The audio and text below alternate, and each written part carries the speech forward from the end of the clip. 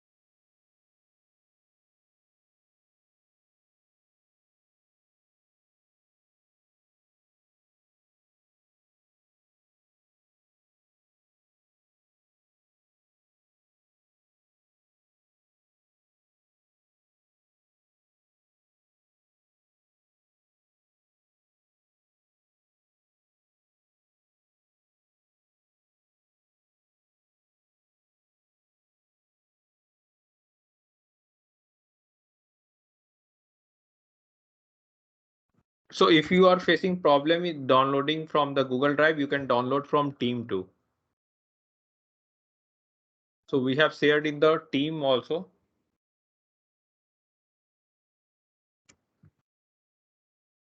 So it is 3:05. We will start the session now. So just let me know if you have already downloaded the files. Day 5 session 19 differential equations in Python.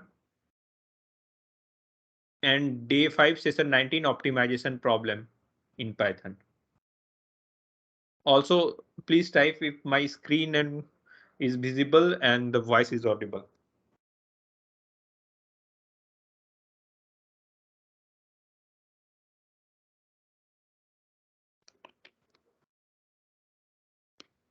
Am I audible?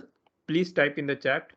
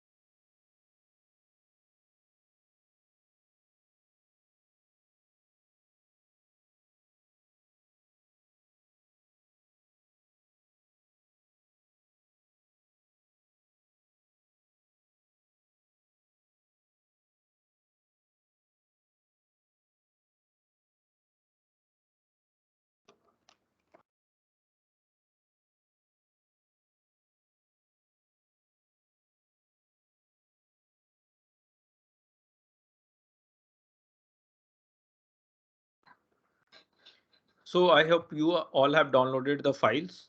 So place in the same directory.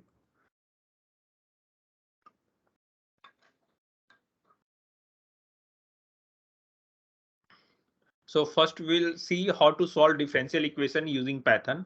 I will go through very brief and simple example. and then I will get the links for further study. So I got request from different students for like the how to solve differential equation, how to solve optimization problem, how to use genetic algorithm, how to use machine learning problem.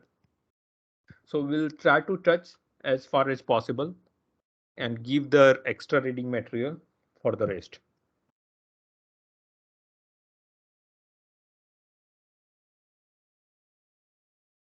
So let's start. So differential equation general form is dy by dt f ty. We have a function of time and the y, and initial condition y at t0 is y0. So example, we'll see the example dy by dt is equal to 3y plus 2 with initial condition y at t0 is 2. T0 is 0. Example 2, dx by dt equal to ax, where x0 or x at t0 is initial condition and a is 1 by 2, 1 by t, and it denoted as time constant of the system. So we can solve it using our analytical way approach, like xt is equal to e to the power at x0. So in our system, we can say t equal to 5 and initial condition xt0, x0 is equal to 1. So another, so we can see the solution, or we can see, as we have already seen the plot, we can see how these solutions, analytical solution, sorry, this solution, the uh, uh, the analytical solution looks like. So we will plot the analytical solution at different like the at different discrete interval. So we have already seen the basic of matplotlib plot. So we'll just use the math and numpy library and matplotlib plot library. So we'll see here, we'll set the initial parameter t is equal to 5, a equal to -1 by t, x0 is equal to 1, t equal to 0, t start 0 and t stop of 25, increment 1. So we'll create the x-axis. So initially x is empty. So and x is, we will fill a number of x and as array. So we'll initialize x with 0 array, all 0 arrays, and like the number of the 0 array will be the number of stop plus 1. So we will fill the, here x-axis will be treated as time. So we'll create a, using a range. A range will give us a float value. So between t start and t stop. So t stop plus 1 will be excluding and with an increment. So after that, we'll x here will be treated as xt will be treated as y value. So we'll using the for loop, we'll push into the uh, x, like the, we will assign xk equal to mt into exp a to the power tk into x0. In the first session, someone was asking how to find the exponential of a function. So using the math have a library mt.exp. Even in numpy also exponential function is there. So we are passing a constant and a here again a constant, a tk, and like the tk is a variable and a is a constant, and then we are multiplying it with the x0 starting value. So we'll plot, we are using the plt dot plot. We can also initialize the axis and the fig, and then we can give the ax dot plot. But let us first me show using the plt thing. So it will run, and so I've already selected data science environment. So we are getting our solution like this. We have set x label as t and y label as xt. So uh, so like this. So using the second thing, we will show how instead of lean space, instead of the filling the initializing with the zeros array and filling the each individual atom of the array, how can you we use the line space function. So line space function will return as nd array. So it will take a start value and end value and number of points that we want to create. So just to show, like here, suppose we are taking the lean space between 1 and 20, and we are printing the t. So t will be array. So it will start from 1 and it will go up to 20 and it will print 20 value. So suppose if we are giving 10 here, so and So it will start from 1, it will go up to 20, and it will create 10 number of values. So suppose, and we can typecast it again to the list. Like the if we are taking from 0, and like the if we are taking the 2 value, then like 2 like the this is range function. So this is the here 2 is the step in the np dot line space. So in here the last atom last parameter is the number of points, whereas in the range last parameter is the step size. So we'll see here the same above example. We, instead of a list, we'll use the lean space function. So we same import numpy as np matplotlib dot pyplot as plt. Initialize the parameter t equal to 5, a equal to 1 by t, x0 1, t is equal to 0, t start 0, t stop 5, increment 1, n equal to 25. Then we defined a x in as a time variable, np dot lean space t start t stop n, return a n np n dimension array, and then y variable xt np dot exp. Here we are using the exponential from numpy array module, whereas in the above we were using from the math module mt.exp. So np.exp, uh, a is a here, age is constant, whereas t is a array. So into x0, and then we'll plot. So we are getting the same plot. So in this way we can plot our analytical solution, but most of the time solving the exact differential equation very tough, especially for higher order. So we choose the numerical method to solve the differential equations. So we'll see how in the Python we can solve the differential equation using the numerical methods.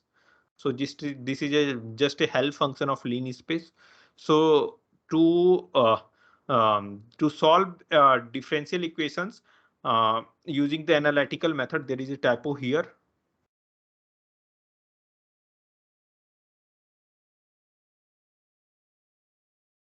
The above method to solve, we have a package named as scipy.integrate, and it provides three key functions to solve a ordinary differential equation.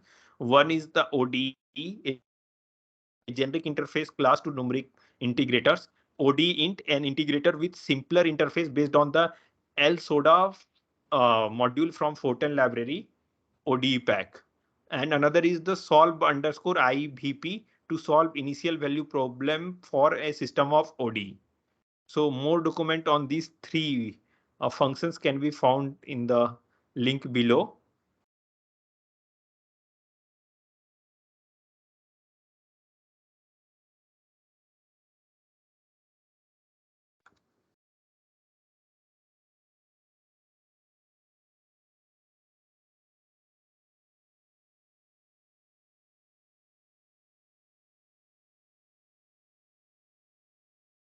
So we'll try to solve the ODE using like the ODE of this dx by dt equal to ax with x0 is equal to 1.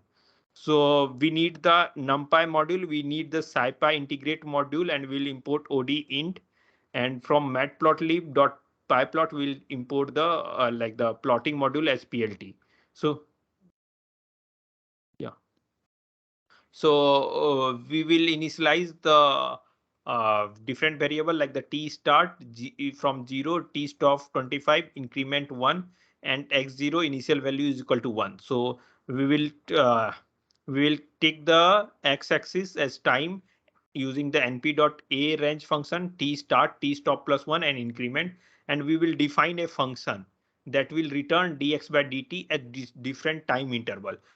So my differentiation function, my diff, this is how I am defining a function. Def is the keyword to define a function. It takes two input x and t. So inside this it has a two constant t is equal to 5 and a is equal to minus 1 by t, and then dx by dt will be ax. So it will return dx dt. And so we are going to solve ODE using ODE int. It will take the differentiation functions, the x0 initial value, and the time array. So we can just I have transposed it because otherwise it will take too much space in like the too much vertical space. So just I am printing here x dot t instead of x.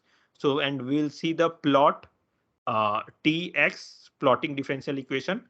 So we'll just um, set the x limit as 0, 25 and 0, 1. So on the x-axis it will be 0 to 25 and on the y-axis 0 to 1. So we'll see. So here we are getting this x solution, the solution of differential equation at different time interval. We are getting here 1, 0.81, 0.67, 0.5488, and so on. And we get the exact solution as the analytical solution. So if we like the sorry, this we were here like the we have defined the my diff with only two input x and t. So in other case we are defining the differential function with three inputs. A is also taken as argument. The benefit of defining this as my differential equation this way is that we can run the differential equation with different argument simultaneously. Suppose the initialization part is same as the above, but only in the functions, differential functions, we have added one extra parameter a, so which was a constant inside here. So a was t was 5 and a was minus 1 by t. But in the second case we are defining the a as an input and dx by dt will become a into x. Then we are returning dx dt. So we'll pass od into my diff x0 t and all the argument at r's using the dictionary based approach, and we are printing x dot t. So we'll plot tx, and so we are getting the same result. So benefits of this defining the differential equation is like this.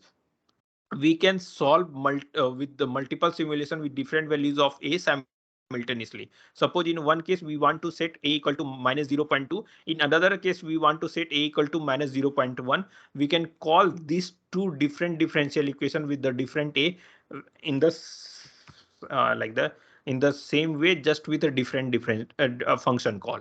So here we are getting the different x value for the two different a value. Like in first case, x x1 is 0.8187307, whereas in other case for a equal to minus 0.1, x x1 is 0.90483745. So running the multiple simulation for the differential equation dx by dt, where a equal to minus t. So here my diff 1 we are defining with a extra argument a, and we are initializing the number of different simulation with 2, 5, 10, 20. So these are the different a value that will pass. And in the for loop for t in simulation, we are defining a equal to minus 1 by t. So and then we'll call the solve differential equation. We will see x dot t, and then we will plot t versus x.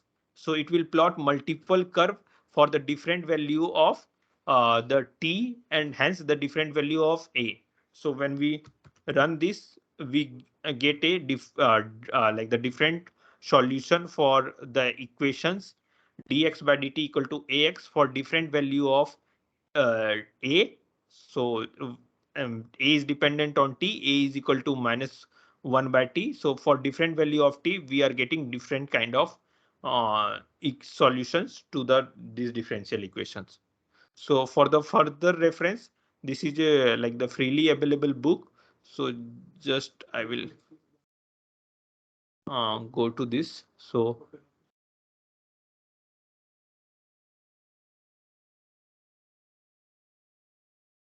if we see here, it is like the numerical methods for differential equation with Python.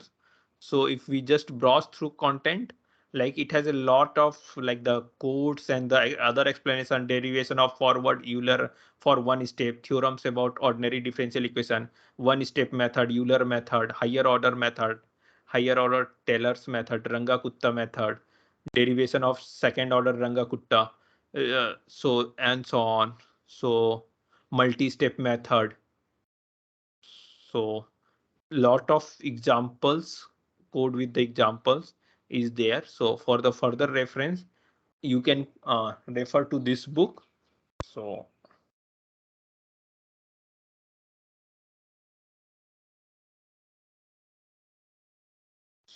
if you have any questions regarding this solving differential equation, you can type in chat. Otherwise, we will see how to solve the optimization problem in the Python, basic optimization problem.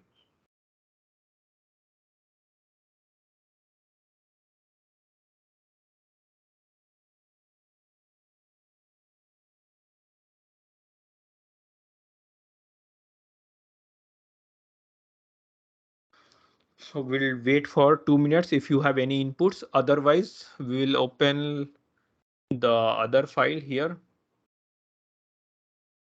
The day 5 session 19 solving optimization problem in Python.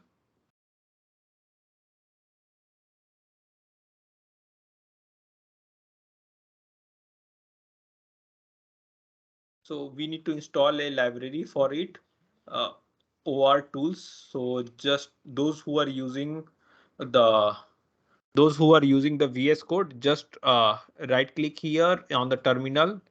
So you can see I am like the clicking on the terminal, and if you click on the terminal, coupled differential equation, can we get the numerical solution for complicated multivariate problem?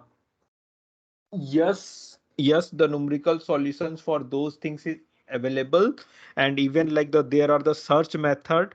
So you can search like there are optimization functions and the search method, which instead of solving the problem, they can search over the defined search space. So we are not covering here in depth because it will not be useful to all of the participants. That's why we have just going through the brief of the package, which package is useful, and we are giving the extra material to explore.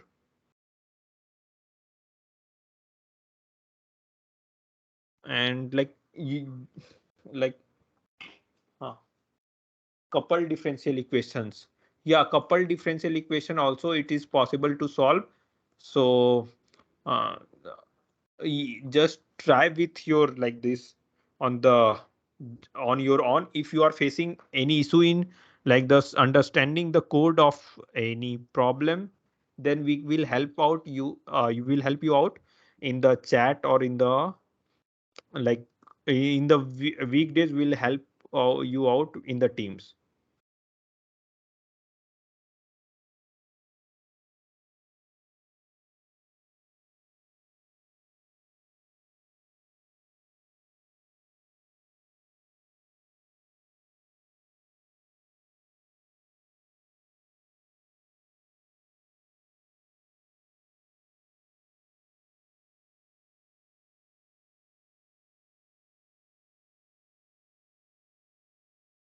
So here you will get a lot of videos and the blogs also how to solve the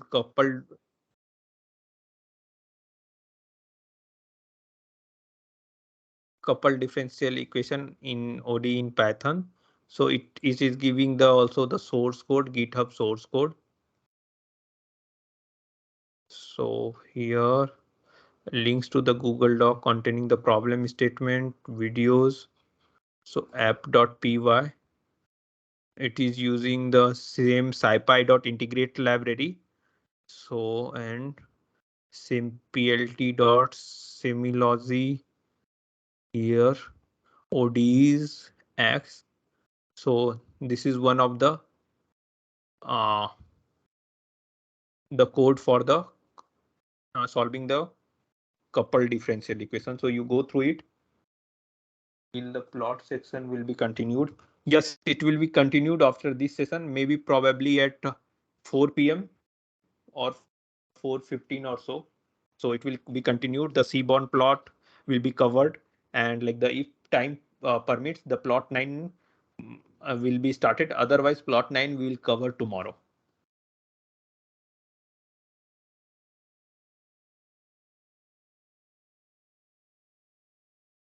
find the book link of the differential equation with the Python.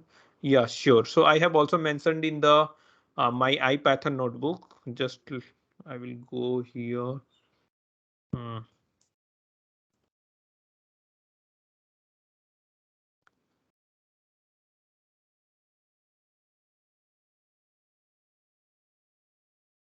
So also I'm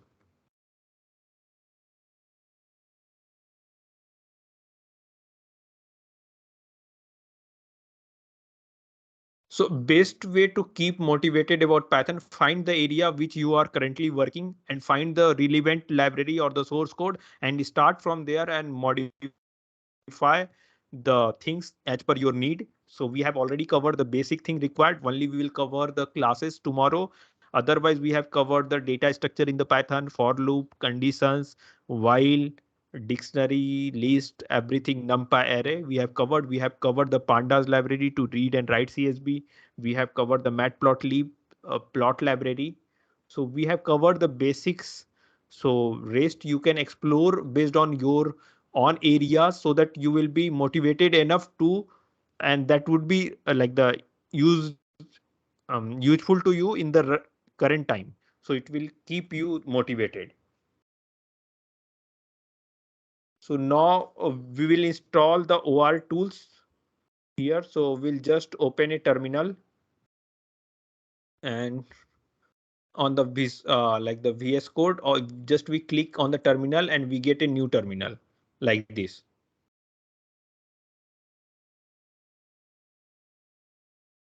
So like just go on terminal and click the new terminal. So you will get a terminal like this. Those who are using Jupyter Notebook, they can just go to the CMD.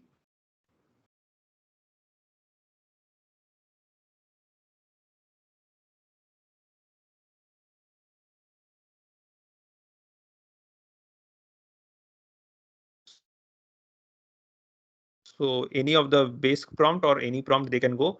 So command they have to write here the same command conda activate data science. Okay. So similar command here also in VS Code. Either you can do one of the places, whatever the places you are preferring.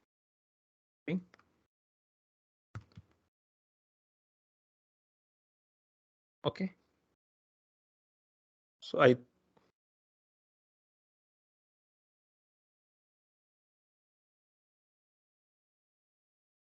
after that, we need to install the OR tools library. So we'll use pip to install the same. So we'll write pip install OR tools. So pip is a Python library manager. It is used to uh, install the library inside an environment.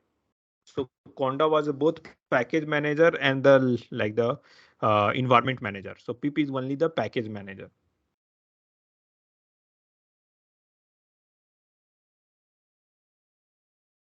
So same command on the Windows prompt also. You just need to, after activating the condas activate data science, you just need to write pip install OR tools and it will install OR tools.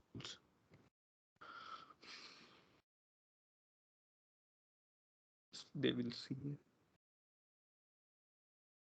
I hope, let me know if you have already installed OR tools. Then we'll move to the other part.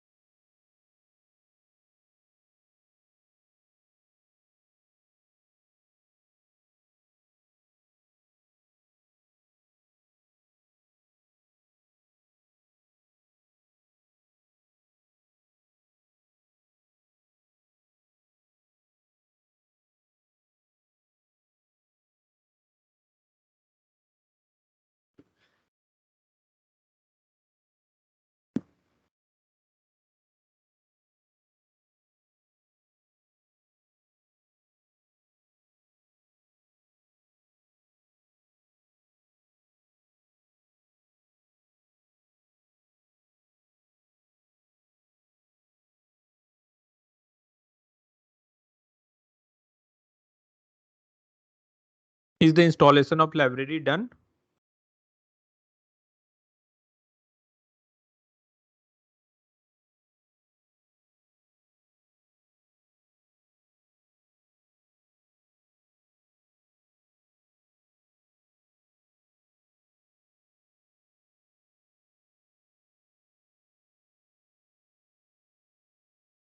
If you are facing any issue in installation, please type in the chat box with the screenshot.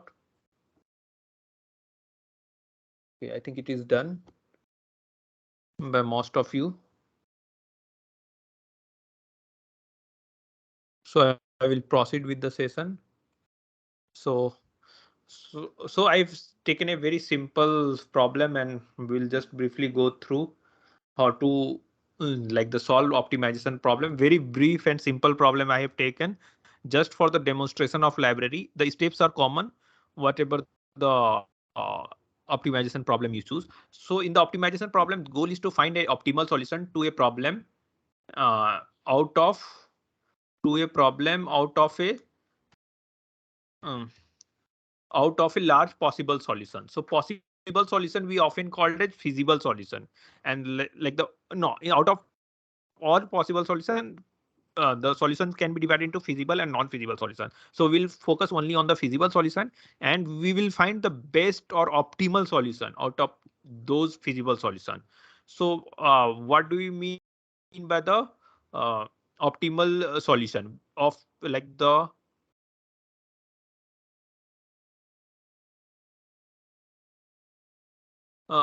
typically we want to minimize or maximize the objective functions. We have an objective function. We will look what we mean by the objective functions. So typically the finding an optimal functions is it means that we want to minimize or maximize certain functions. So we call that function as objective functions. And the two key parts of an optimization problems are objective function and the constraint. Objective function defines a function that calculates the value of objective for any possible solution. Suppose you are saving in a bank and you with the minimum amount of investment you want to maximize your return of investment, and you want to minimize your risk also. So that is your optimization functions. And like the objective function will be that your return of investment should be maximum, and the constraint will be that your investment should be minimum and your risk should be minimum. So constraint refers to the restriction on the set of possible solution based on the specific requirements of a problem.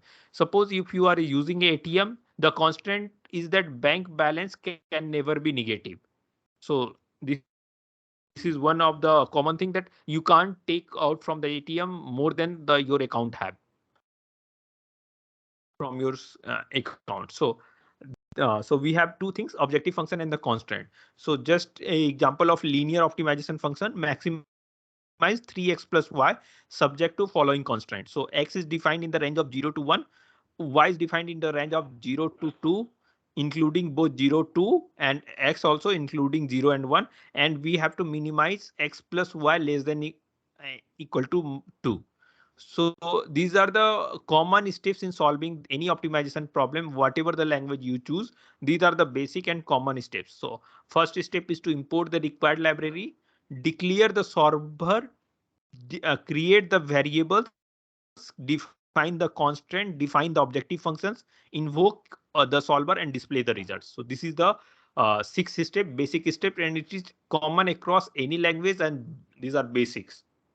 So from or tools.linear import pyrrap linear programming, and or tools.init import pyrrap init. So when we run that, because we have already installed, so it is successfully like the imported. These two libraries are successfully imported. Then we declare the solver.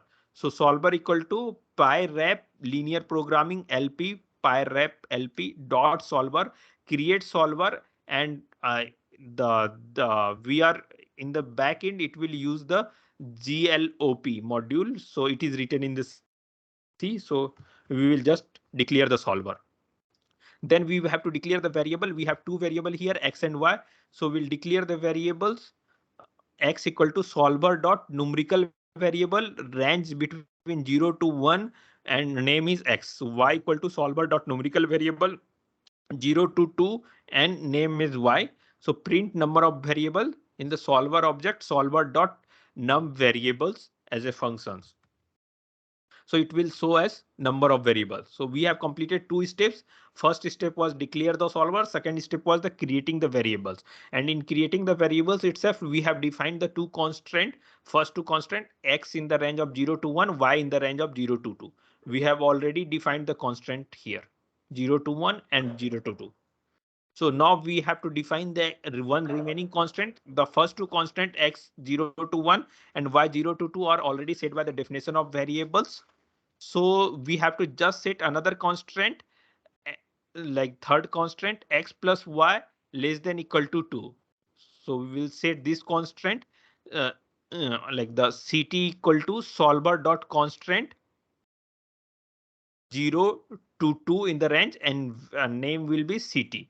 Ct dot set coefficient x equal to 1. So here the coefficient of x equal to 1 and like the coefficient of y equal to 1. So in this way, we are adding the third constraint. So we are naming the variable new variable ct and its range should be 0 to 1. And because we have defined the two variable, the coefficient of two variable will be 1 and 1 in this linear constant x plus y less than equal to 2 and greater than equal to 0. So we can see the number of constant solver dot num constraints and it will show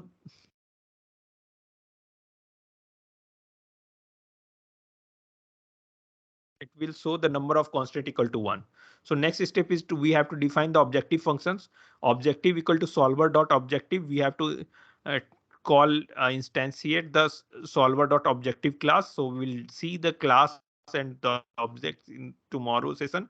So just we have initializing the solver objects and then objective dot set coefficient x equal to 3. We have to maximize 3x plus y.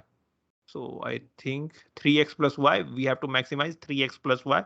This was our the objective function and these were the three constraints.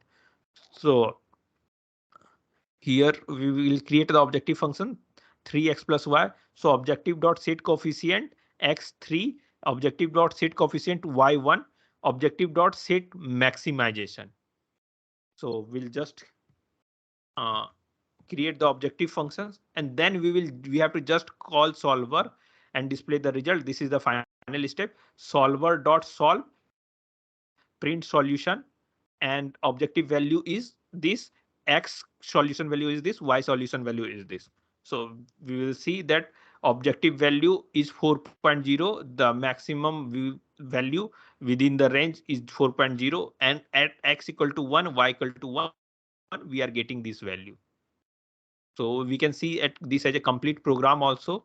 Like here inside the main function, we are initializing a solver, create a linear solver with GLOP backend, create a variable x and y variable. We can print the number of variables. Then we can create a linear constant x plus y greater than equal to 0 and less than equal to 2.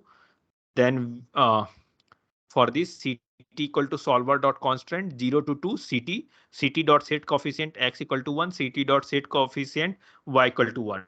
Print number of constants solver dot number of constant. Then we have to create objective function 3x plus y. Objective equal to solver dot objective dot set coefficient x3 and objective dot set coefficient y1. Objective dot set maximization solver dot solve print solution objective value is objective dot value and x solution x dot solution underscore value will give the x optimal value and the y equal to y dot solution value. So like we are just invoking the main function here. So if we run this, we will get the number of variables 2, number of constant 1, solution, objective value is 4.0, x equal to 1.0 and y equal to 1.0. So here, like if for the more optimization function, we can see this is the link provided by the Google developer.google.com. So like these examples I have taken from here, but here you can have the more optimization, linear optimization, MP solver interface solving a linear programming problem, advanced linear programming problem, Stigler diet problem, service for app script, mathematical background for PDLP, then integer optimization, constraint optimization, and they have also given the assignment and the routing related thing, bean packing, network flows, and the scheduling. So significant amount of the code, like the content along with the code is given here and with the assignments. So you for more you can like the go through these links. So directly they have given the tutorial in like the Google Colab, constant programming, hello world, simple constant programming, linear programming, simple linear programming, integer programming, simple MIP, simple TSP, traveling salesman with distance matrix, TSP with 2D location, simple vehicle routing problem with capacity constraint, vehicle routing problem with pickup and delivery constraint, vehicle routing problem with time window constraint. So I think like the uh, uh, we can explore it further in the using this link, and the if you are facing any issue in understanding any codes, then we can discuss in the teams. So otherwise for these basic programs, if you have any suggestions, feedback, or any comments, doubts, you can write in the chat box.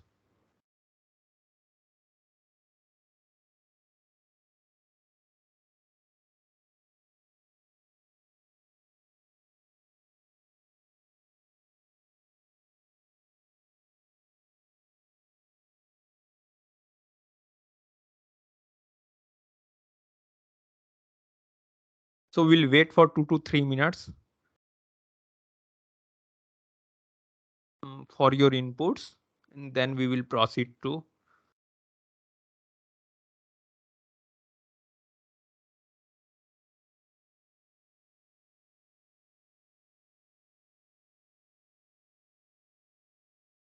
Any doubts till now? Any issue? I have described a very simple optimization problem because I don't want to like the flood the concept of optimization problem. My goal was to show how to solve a simple optimization problem using the Python. The detailed problem or the more complex problem can be seen in the link of the Google developer Google link, and like that a lot of problem with the source code and IPython file is given there.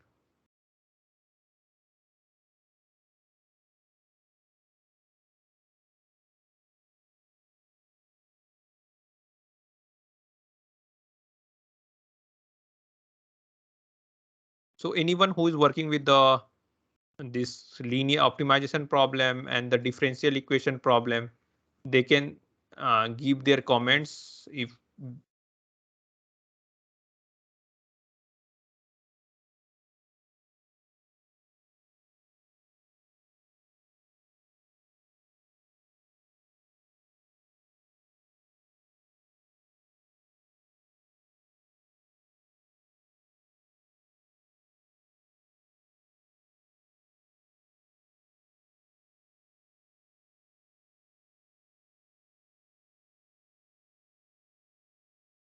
I think nobody has any comments over these two, differential equation and the optimization session. So I will briefly go through the genetic algorithm. I thought that I will not get time, so I have not made the slides, but we'll go through the link and then we will briefly go through the genetic algorithm. So genetic algorithm is a optimization approach where instead of finding a solution, we search the space using the um, famous genetic algorithm. So this is a open source code, and mm, so just we'll discuss the few major steps. So especially who have already done the genetic algorithm programming, so for them it will be quite easy. Within 89 lines.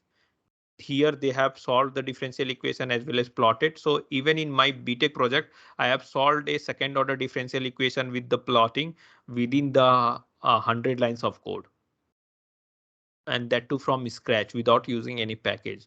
So because the string library is very useful here, and we have to represent every variable as a string, and the slicing and the indexing comes very handy here. So I will just go through.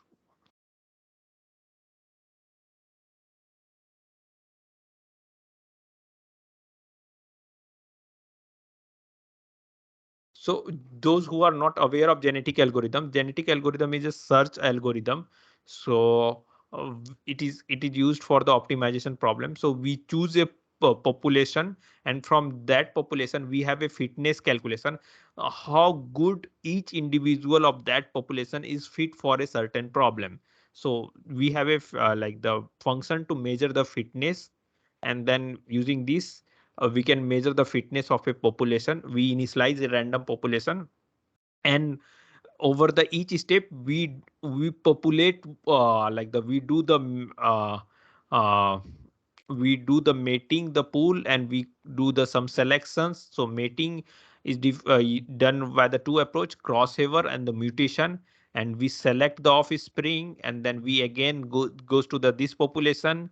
We calculate the fitness function, and until we get the like the average fitness function of the population doesn't change over the iteration, we keep on repeating this step. So we initialize with a population, we calculate the fitness function of each item of a population.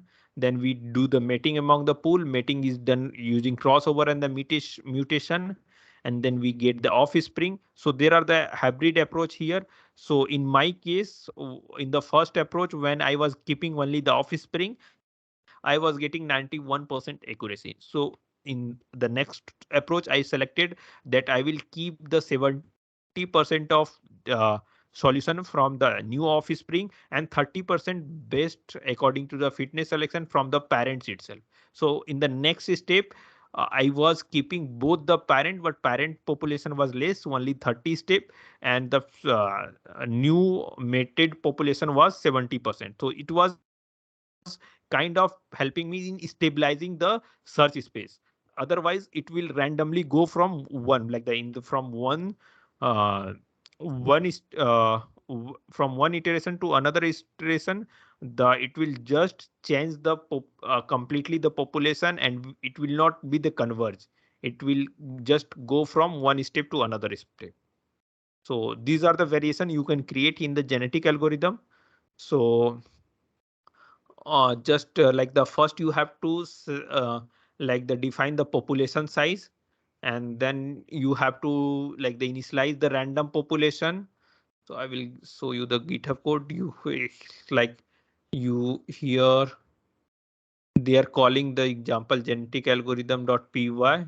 So first we will go through the genetic algorithm. So here they have defined functions, like they calculate the population fitness. So this is the equation input, and then population they were taking, and they are aggregating the fitness function population into equation input x is equal to 1. So they will return the summation of all the fitness function over the population. They will select the mating pool, population, fitness function, and number of parents. So select the base individual in the current generation as parents for producing the offspring. So they are here in their case, not all the parents are allowed for the mating. Only the best individual in the current generation as a parents are allowed for the of producing offspring for the next generation. So then they are doing the crossover, and then this is the mutation code. So this is the GA module they have called. They have used the just NumPy library, and they have defined a function to calculate the fitness function to select the best individual in the current generation as parents for producing offspring in the next generation. They have defined two functions, crossover. So crossover is that like the you just select the certain string from parent one and certain string from parent two. Like the certain chromosome from parent A and and certain chromosome part of chromosome from parent B. So in the mutation, you just change certain bit randomly from the parents. So these are the two steps. So here they are calling the genetic algorithm to solve this equation. So the target equation contains the 6 variable, and the coefficient, our first variable coefficient is 1, second variable is 2, third variable is 3, and fourth variable coefficient 4, and fifth variable is 5th, and sixth variable coefficient is 6th. So W1 plus no W1 plus W2 2W2 plus 3W3 plus 4W4 plus 5W5 plus 6W6. So 6W x6. Okay, so where x1, x2, x3, x4, x5, x6 is equal to 4 minus 2, 3.5, and so 5, 11 minus 4.7. What are the best value of 6 weight W1 to W6? This we have to find out. So they have the equation inputs. The inputs to the equation will be minus 4, 2, 3.5, 5, 11 minus 4.7, and number of weights we are looking to optimize. We just get the length of the equation inputs. Then the genetic algorithm parameters, we initialize mating pool size and population size, like the solution per population 4 and number of parents mating 4.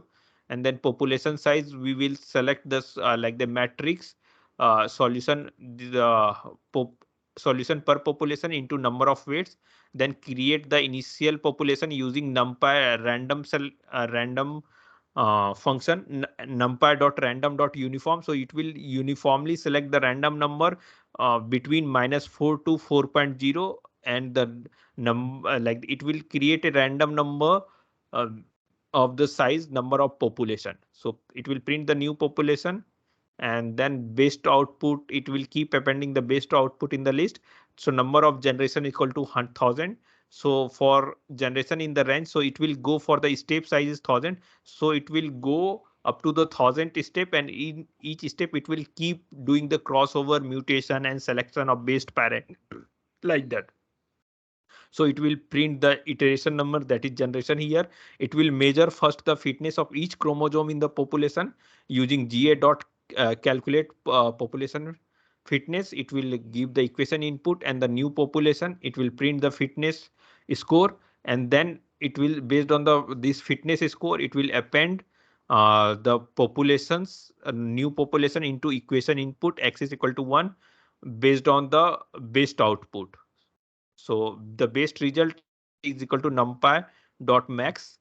The single most best result is printed here, and it is appended to the best output.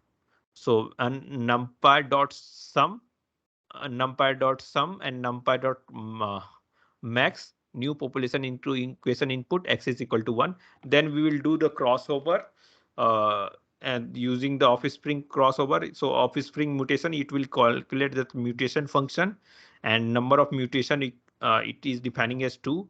Then it will print the offspring after mutation. It will create the uh, then it will exchange the parents new population 0 to parents dot shape 0, and all the second variable it will keep of parents, and from this in the second wave the parents 0 to, after that it will keep of the offspring mutation.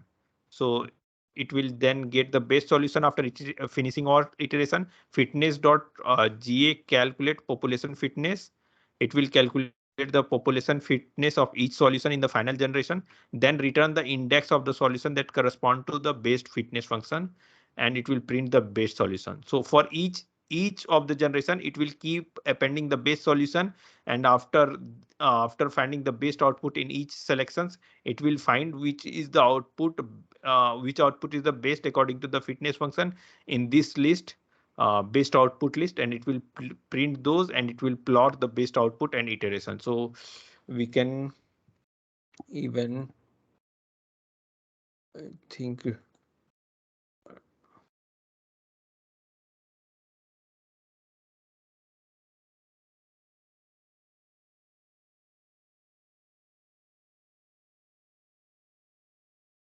So we can go to the terminal, we can download this code and we can run even this code. So Git is installed here, I think. So it will be downloading this. Otherwise, you can just download it as a zip.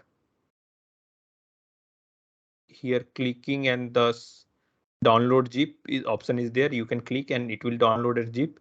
For me, I have downloaded here. So if I close here and okay, I have closed the whole thing. So yeah, so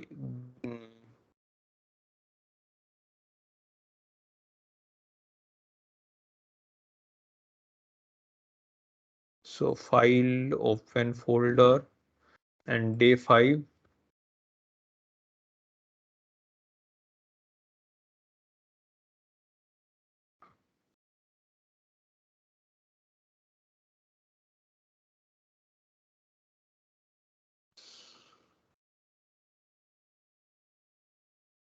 Day 5 we have we got where it is downloaded. Just I will see in the files. On desktop day 5. It has not downloaded in the current link. So I think I will open here terminal, new terminal. Just a second. The arrow command.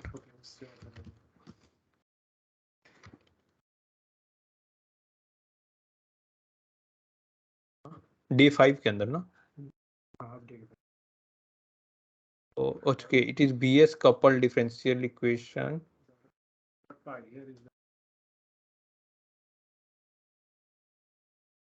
No, it is. I'm downloading the wrong file, I guess. Okay, I'm downloading the differential equation. So I have to download this.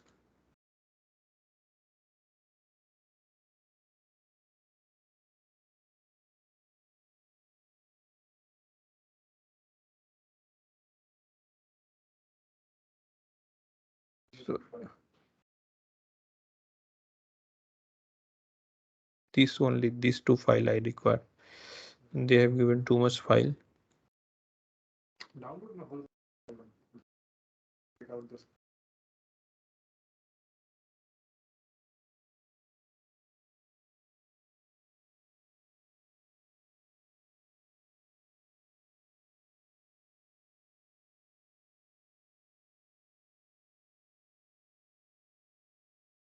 So this is the thing, and then tutorial project, example this, and then we have to, yeah, it has given everything in a single cell. So just or it is a file. Select the interpreter. Select interpreter. Data science. And like terminal, new terminal. And then we are here, day 5. Then CD, genetic algorithm Python. Then CD tutorial projects and dir. We have the ga.py. So just so Python. So just check dir. So example genetic algorithm. So Python example genetic algorithm.py. Yeah, it is searching the solution and printing the like the mutation result and the so best solution. It is finding this the coefficient and best solution fitness score is this 2.6. I think we need to.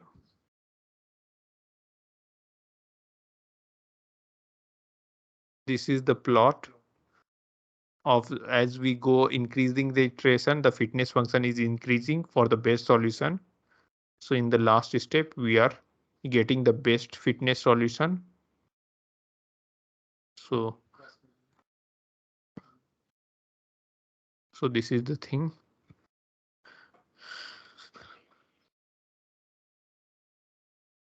So I have just shown you the one simple example of the genetic algorithm. You can modify the genetic algorithm according to your need.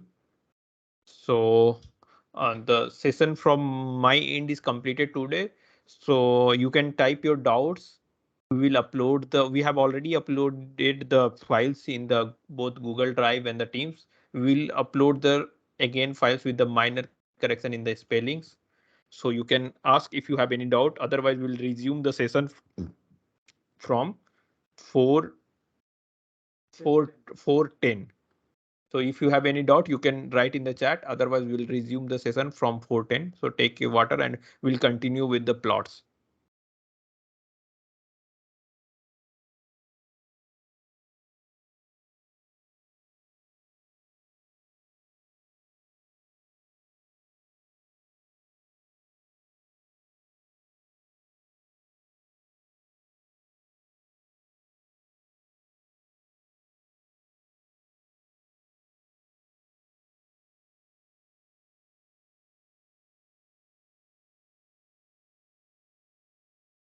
So genetic algorithm is very fast searching algorithm. It gets converged quickly. So what we need for the like the better result, we need to tweak algorithm and we need to know how to encode it, the objective functions into the fitness functions, how to define the variables and how to convert it to the string.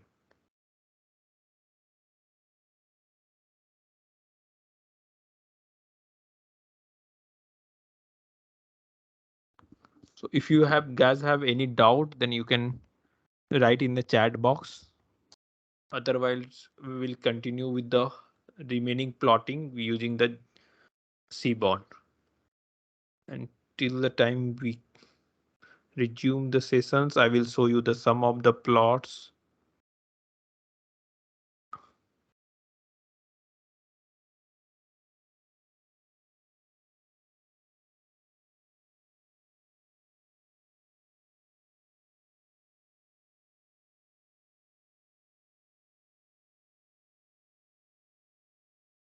I will just show them the sum of the plot that we have created the last day of my defense.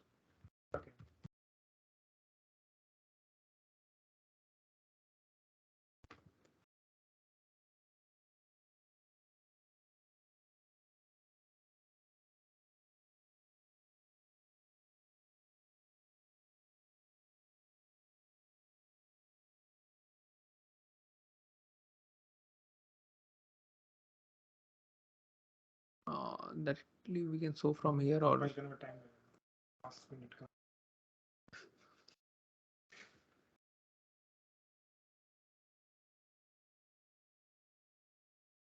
so these are the sum of the plots that we have created for my thesis and the presentation PPT. Show them the bar plot. Yeah. So these are the bar plots with the annotation. So these are the handmade diagram, F measures. So again the bar plot, and here like the for the each of the setup, we have considered the different number of hashtag and they are grouped together, and they have like in the legend they have annotated accordingly. So for another data sets, then this was the Excel plot. This I have not used. So here, if I download the save, saved. It will save.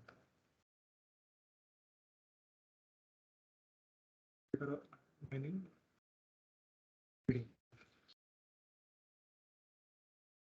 save as that. No, not the desktop. Default. Not desktop. Save. That folder. Defense PPT last.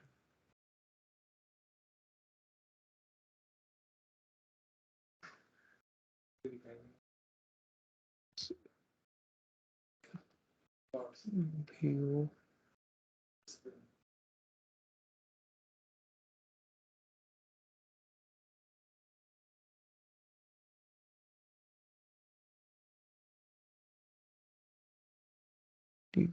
So the last, these were the some plots that I have included. Like here. So these here, I want to highlight the percentage of improvement in different setup.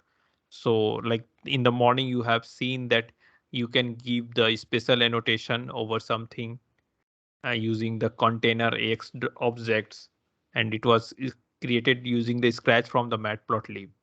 So here, like the percentage is annotated. We want to highlight this second value here, how much there is a drop in performance. So similarly, this is also one of the thing. And this plot where the different setup and the change in different setup is grouped here. And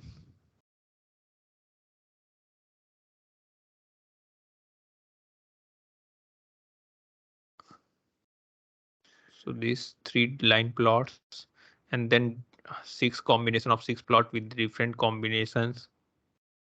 And then here again, we are stacking based on the common setup, and in the common setup we are varying some parameters and how the performance behaves.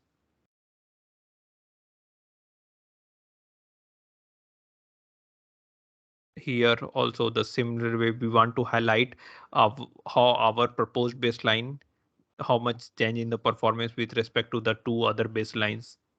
So here the shaded gray is our proposed baseline, the blue one, and the other 2 are the green, and the red one is the 2 other baselines.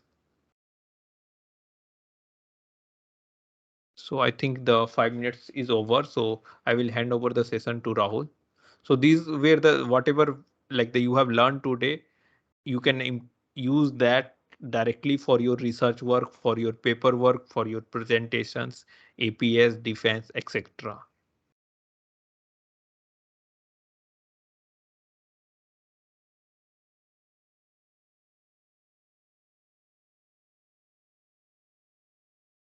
So I want to really thank Rahul for taking such a nice session in the morning, and I will hand over it to Rahul now.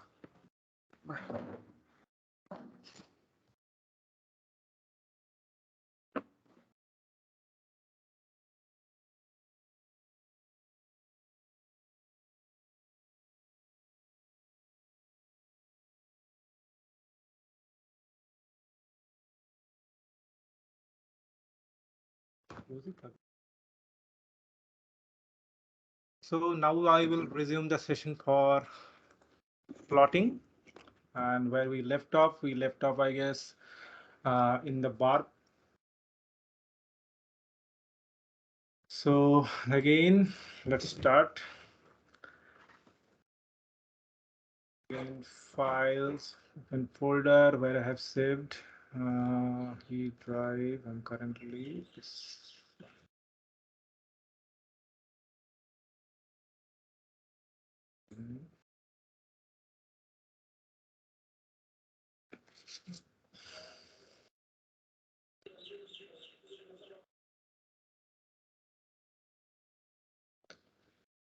First of all, we have to load the data set again before we'll start with the pie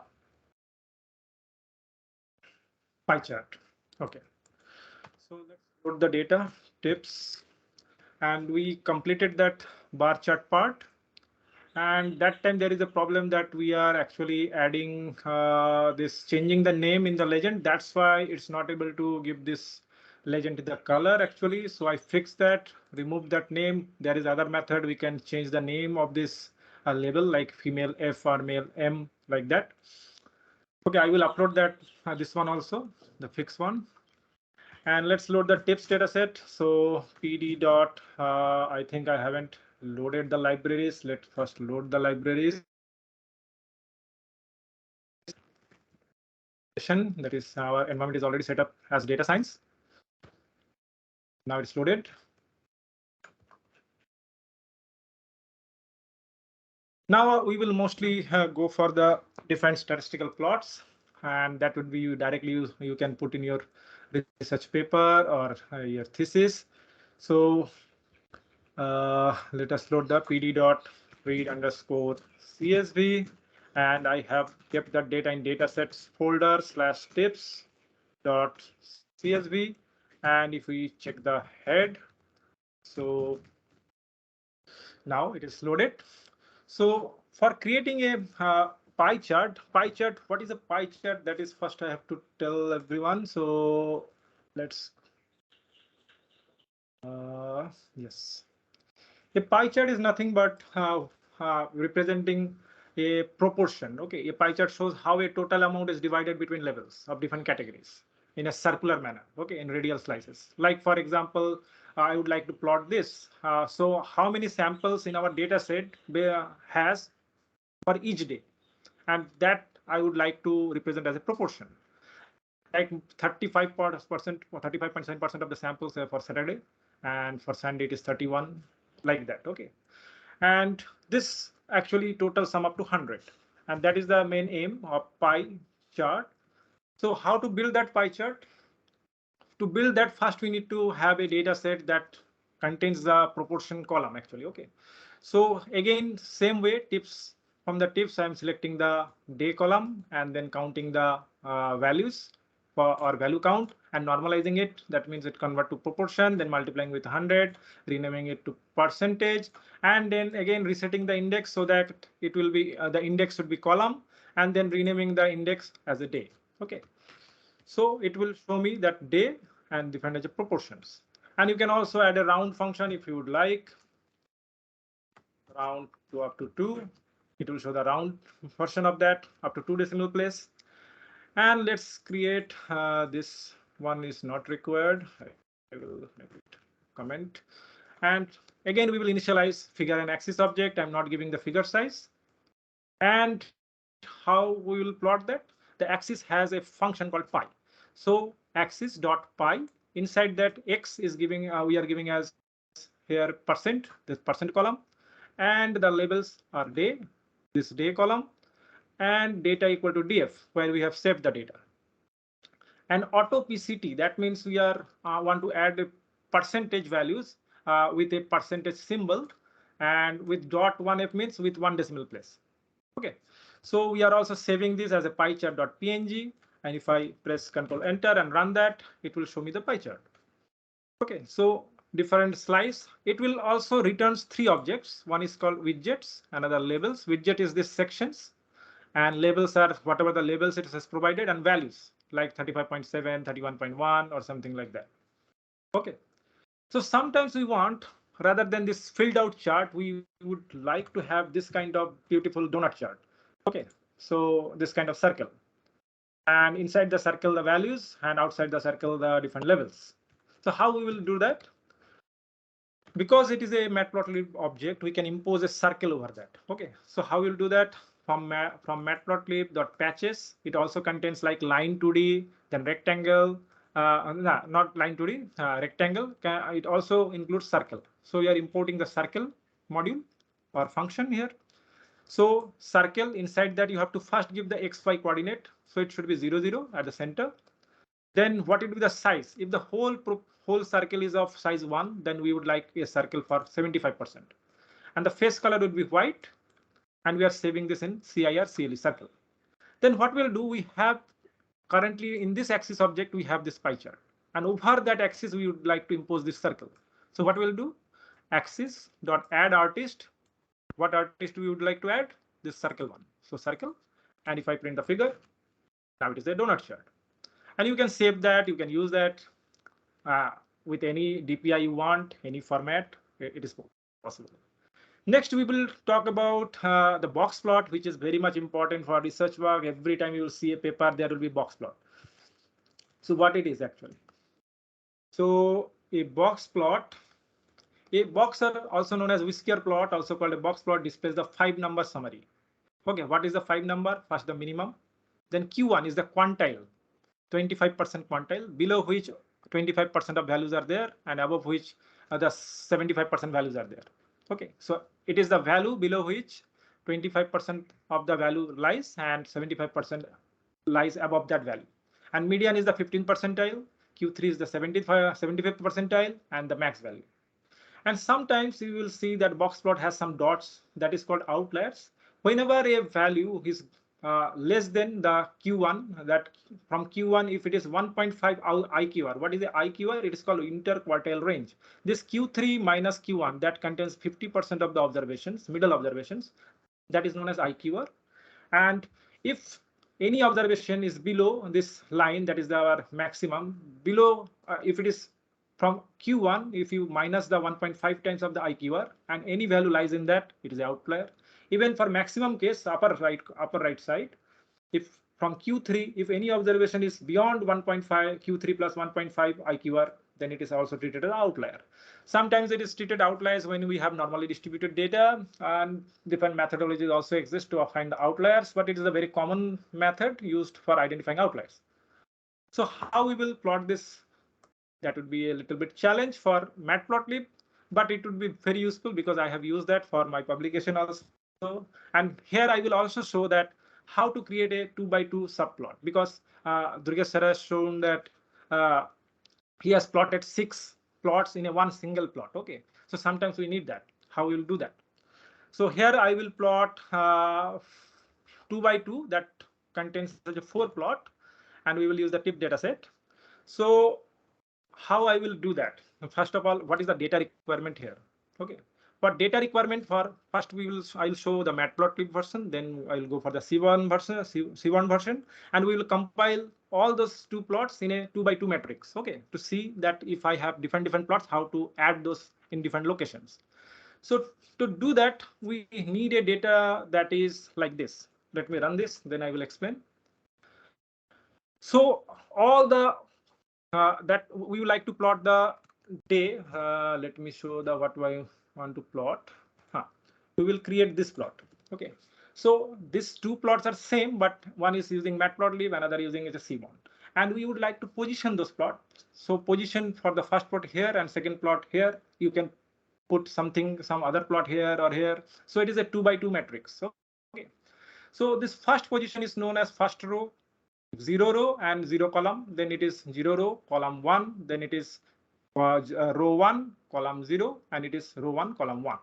So in axis objects, and first time I have showed you that 4x4 matrix using n number of rows and number of columns. Here we will use a 2x2. Okay, and we will try to impose those plots. So our data requirement for already I have showed that the data in Matplotlib requires where the here the day, we would like to plot the day because it is a box plot. In box plot, what we will plot? We will plot the relationship between a categorical data and continuous data. Like the Friday, Saturday, Sunday, and Thursday, that are the categories for the day column, and their values are plotted in this horizontal direction. Okay, because it's a horizontal box plot, and this is a continuous data, that is a tip. So day-wise distribution, it shows us day-wise such a distribution, that plot. And for that, we need a data format. And that data format required like this. The day should be, each day should be in column. That we have to provide as a list to the Matplotlib library function. So how we'll do that? First, we have to use that pivot function where we'll convert whatever our data, that is this day data, the day name should be in column, and each row should contain the tip value. So how we'll do that? First, this pivot function also takes an index value. Okay, index. So it is here, the index is ID. I have created an index. How I have created? So in tips dataset, you can create a new column by indexing like that, ID equal to tips.index. The tip dataset also contains the index. And I'm creating it as a column. You can also use the reset index function. That is also okay. So I'm directly creating this ID column. And this need to be unique. Whenever you are pivoting something, that required to be unique. All the values should be unique, integer, because it is a it will act as an index. So inside, for taking the tips, then we are applying the pivot function. In pivot function, what we have to give so that we'll get like this. So index will be ID, that is our unique ID that we created the new column. Then column should be days, and the values should be taken from tip column. And once you print that, it will show like this. That means Friday, Saturday, Sunday, Thursday. But it contains only for Sunday, nan. Why it is like that? Because for the first observation, it is Sunday and the tip was 1.01 and other, but we have converted it to column. That's why other are filled with nan. Similarly, somewhere else, the Saturday will be present and the other three will be nan. So this way I have got the data, but I have to create a list of that, removing all the NA values. So how we will create that? So here is a list. Inside that I'm taking the data underscore day where we have saved the data, taking the Friday column and using the drop NA. So it will remove all the NA values for this column and only keep those are real values. Similarly for Saturday, similarly for Sunday, similarly for Thursday, and saving in a list called L. Okay. Next thing, we have to define a 2 by 2 matrix because we want to plot in the first section and then the last section. That first section and last section. Okay, I have already showed in this the first section and this last one. Okay, so 0, 1, 2, 3 like this. Okay, so it is the 0, 0 and it is the 1, 1 location, row 1, column 1. So we have to define plt.subplots. We have defined the figure size. The number of rows is 2 and number of columns is 2. And also we would like, rather than repeating again and again the x-axis label, here I provided the share the x-axis for all the plots. So here you can see that the x-axis label could be provided as a shared wise. Here I provided separately, but let's see. Okay. So that is how it look like. So this is the plot. In first plot, we will add the matplotlib plot, and the last one we will add the seaborn plot. How to define the seaborn box plot I will show. So next thing is that how to add the box plot. So we would like to add the matplotlib plot in 0, 0 location. So now the axis object, if you print the axis object, it contains, because we have defined 2 by 2, so it contains a list, first list and second list. So first list is for row 1, row 0, and this is for row 1. So we would like to plot here. It is a 0, 0 location, row 0, column 0. So now instead of just giving axis, we are giving as an index that we would like to add the box plot inside the 0, 0 location. So 0 row and 0 column. Next, with axis, we have axis also contains a box plot. So again, the box plot. Then we are giving the list. And then this box plot has other functionalities like vertical equal to false. We don't want the box plot to be vertical, but to be horizontal. Okay. And next, width of the box plot should be 0.3. Labels in this direction, it should label Friday, Saturday, Sunday, and Thursday. Show means, that means please show the mean for each box plot. Show caps, show the caps of the end of the whisker. Okay, so caps means there is a small line at the end. This is called caps. You can increase the cap size also or customize it. Then show fillers, true. Show the outliers beyond the cap size. That is 1.5 times IQR with a Q3 or Q1 that we have plus minus. Over that any value, please mark that value.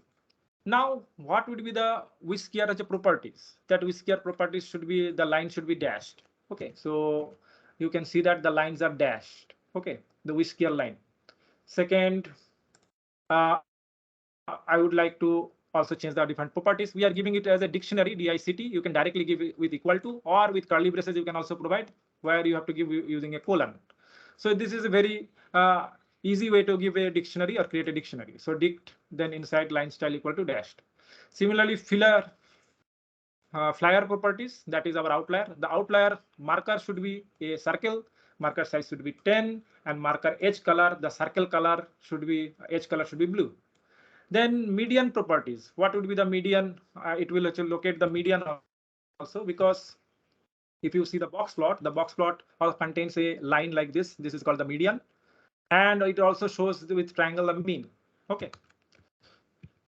So the median properties, the line style should be solid and line width will be 3. And if we print the figure, it will look like this. So right now we have imposed the figure in 0, 0. So it is look like this. It doesn't contain any axis labels, anything. So next thing is that plot customization. Again, we are removing the spines, looping through the top and right. Then now the axis is 0, 0. Everywhere you have to put the axis 0, 0 because we are modifying this plot, not any other plot. Then removing the splines, setting to visible off. Then also tick parameter parameters. Level size is 18, then X level title also we are giving we using the set title function. Day wise tip matplotlib size 22, and also I'm changing the location to be bottom. So y equal to minus 0.1 and padding with the plot is minus 14. So it will also increase the spacing between the plot and that title. Then also X sticks, instead of showing the default what is showing like this. We can also define at what interval it will show. Like here, it is not. If you would like to add 0 also, you can do that. So 0, 2, 4, 6, 8, 10. 10 is the max value for tip. And then also adding the legend. Now it has been customized and it is showing blue color. Earlier also it is blue color. Then now it is added the or magnified that tick levels. And also here now the title, instead of top, we are given that it is bottom. Next thing is adding a customized level. So now you can see that even if you put the legend, we have already defined the legend. Let me run it again.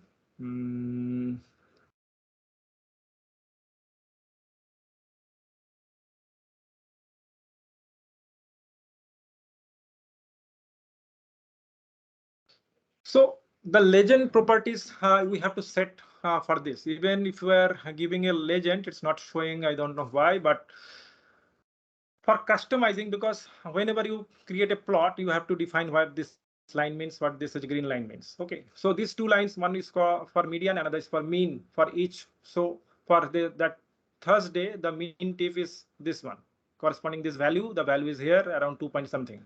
Similarly, the median 50 percentile, it's like that around 2.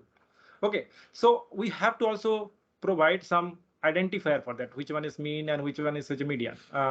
Okay, and to do that, we can create a customized legend. Okay, and impose that on the plot. That would be the common legend for all the plots like this. So from matplotlib lines, we are again importing to line 2D, and from matplotlib lines, we are also obtain for line 2D. It will be enough. We don't need that one. So first we will define how the legend will look like for the median. So I'm defining, saving it in L median. So line 2D, inside that we have to X and Y values. I'm keeping it blank because I don't need any values. The color should be this. It will plot the color in this color. The color is, it is a hash color actually, like orange. So this line color. And next level will be median and marker size will be 18. Okay. The second is green triangle. So again, line 2D, the color would be green. Now we are defining the marker, how it look like. It should look like a triangle. So this is the symbol for triangle. Line style is none because I don't need any line style because it is a triangle. Marker size 18 and level is mean. Now what we'll do in axis 0, 0, we have the legend. So we are taking the legend function. Inside that we are providing the handle. So in handles, in a list manner, you have to provide the first. We are providing the L median. So it will show the L median first, then green title triangle. Okay, as a list we are providing to the handle argument, and the location should be lower center. Number of columns. If your legend had multiple, say 10, this kind of legend identifier, then you can also distribute it in a number of rows and columns. But here we have only 2, this L median and green triangle. So I am giving a number of columns is 1. Font size is 16, and also I'm using the invert axis because what it plot actually, I would like to take Friday from here, from top to bottom. It is very look like good actually. So whenever we read the plot, it should be read from which top, like Thursday, Sunday, Saturday, Friday. But I don't like this. I want this Friday to be top, then Saturday, then Sunday, and then Thursday. So we can also use the invert axis function, and if I print the figure, it will add the median and mean identifier. Okay, that could be common identifier. You can use many, you can create multiple box plots, and a common identifier could be given like this. So that way, you can customize even a legend, how to add a triangle, whether it's circle or star, anything is possible. So next thing is creating the box plot using Seaborn. The Seaborn we have already imported as SNS. So SNS.boxplot. It does not require the formatting of providing the data as a list like we have provided here. you directly take the data. In background, you do the computation like this matplotlib. Okay, so how to do that? In box plot, you have to give the x-axis. In x-axis, we want to give tip, because in x-axis it is tip, in y-axis it is day. So y-axis day, data is tips. Axis is now 1, 1, because we want to plot it here, row 1, column 1. Okay. Then order first from top to bottom, Friday, Saturday, Sunday, and Thursday. So now it's added the plot, but I would like to customize, remove the spines, increase the label size or tick label size or label size. That customization is here, removing the spines, tick or legends. Then again, the identifier, if you would like to add that identifier we have defined, and then adding those legend to the plot 1, 1. Here everything is axis 1, 1, because we are modifying the row 1, column 1 plot. Okay, so I would run that and it is customized. In this way, we can add as many plot as possible. Even 16 by 16 could be done. Just it would be very much small, but with increasing the pixel density, DPI during output, you can increase the resolution. That not be an issue actually. So if I save, again figure.savefig in images folder as a boxplot.png, DPI 300.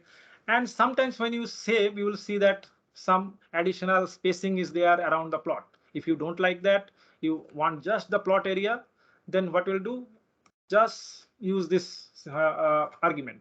B box inches, that means such a bounding box inches to be typed. I don't need additional space, that means in outside. And it will save the plot like that. Okay. And if you see the plot, so it is box plot, and it look like this. Directly you can take this and put in your publication. There is no need for further customization. If you need, you can do that using matplotlib. So next is the problem with box plot is that you don't get how much the number of observation is present around 2 to 4, or say around 2 to 2.1, 2.1 to 2.2, 2.3 to 2.4. And also this whisker that is showing this line does not show what is the tail distribution, like whether how many samples are there, whether it is less, it is more or less. So Hardly Wickham, who is a lead data scientist, principal data scientist in our studio organization, he has created another box plot that is called a Boxen plot, where in this whisker part, it will also show this kind of box, like small box, small box, small box, like this. Okay. So we will create the whisker, this Boxen plot, also that is supported by Cbond. So again, we have to initialize the axis and figure object, 10 by 5 size. Then Boxen plot right now instead of box plot. Again, x-axis tip, y-axis day, data is tips, axis equal to axis, and order is this. And some customization. I'll not talk about that right now. Just I'll show the plot. The plot now looks like this. It's called a box plot added with some additional features. So that is called a Boxen plot. Now here also you see how the tail distribution is look like. Okay. So next thing is Violin plot. So what is a Violin plot? Let's come to this Violin plot. The Violin plot is similar to box plot, but instead of giving a box, we are plotting the densities. Density is just nothing but if you have plotted every histogram. So instead of showing this, I should show you histogram first. That would be much clearer then. So sum plot, distribution, or histogram. Let's go for the histogram plot. Okay, so first I will show the histogram plot. Histogram plot is nothing but that the distribution or count distribution, okay, for a particular observation. Like if you have data set this, say you would like to plot these tips. The tips has a say range from 0 to 10, and you would like to see how many tips are 0 to 1, how many tips are in 1 to 2, or 2 to 3, 3 to 4, or at an interval of 2, say 0 to 2, 2 to 4, and how many tips these observations are lies on that bin, and you will count that, and that count is plotted in y-axis, and it will show like this. Okay, but it is a dense, we have imposed a density plot, that's why it is not showing count. Okay, and density plot nothing but a smooth version of that. Using a kernel density function in background, it will estimate the smooth version of the function that you can also convert to a area 100%, so that you can also estimate the probabilities. because it is act like the probability density function. And for many cases, it will be very useful. Okay, so how to create that? So let's say I would like to plot the histogram for tips such a total bill. So first we initiate this figure and axis object. Then with axis.hist, that is a matplotlib method.